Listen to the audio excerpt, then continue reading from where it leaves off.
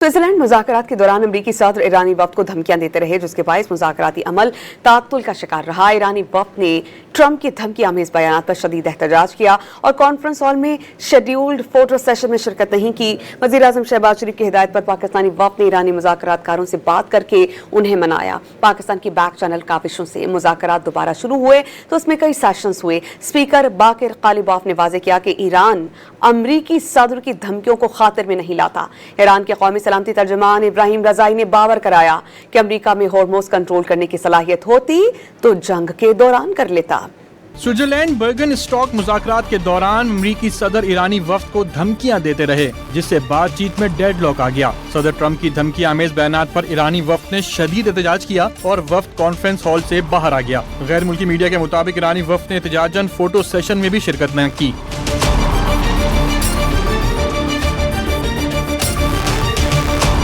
वज़ीर आज़म शहबाज शरीफ की हिदायत पर पाकिस्तानी वफ्द ने ईरानी मुज़ाकरातकारों से बात करके उन्हें मनाया। सिफाती ज़राए के मुताबिक पाकिस्तानी वफ्द ने ईरानी वज़ीर ख़ारजा अब्बास अराग़ची से मुलाकात की। ज़राए के मुताबिक ईरानी वफ्द ने कतरी सालिसों से भी मुलाकात करके अपने तहफ़्फ़ुज़ात से आगाह किया। पाकिस्तान और कतर की बैक चैनल कोशिशों से ईरानी वफ्द मुज़ाकरात में शरीक हुआ। उसके बाद मुज़ाकरात के कई सेशन हुए, जिससे बेशतर हल तलब मामलात पर नुमायां पेशरफ्त हुई। इससे पहले फॉक्स न्यूज को इंटरव्यू में सदर ट्रंप ने धमकी देते हुए कहा था कि ईरान को कहा कि आबनाए हुर्मज़ बंद की तो उनका मुल्क नहीं रहेगा। ईरानी मुज़ाकरातकार अपने मुल्क वापस नहीं जा सकेंगे। अगर ईरान के साथ मुआहदा ना हुआ तो हर्मुज़ में फीस आयद कर देंगे, जबकि आबनाए हुर्मज़ से गुजरने वाला 20% तेल भी अमरीका ले लेगा।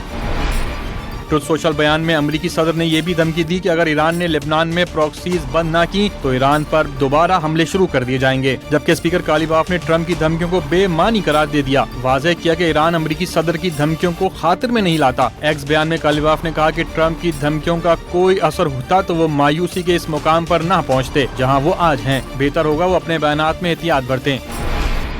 ईरान के कौमी सलामती तर्जुमान इब्राहिम रज़ाई का कहना है कि अमेरिका में आबनाए हुर्मज़ कंट्रोल करने की सलाहियत होती तो जंग के 100 रोज के दौरान कर लेता।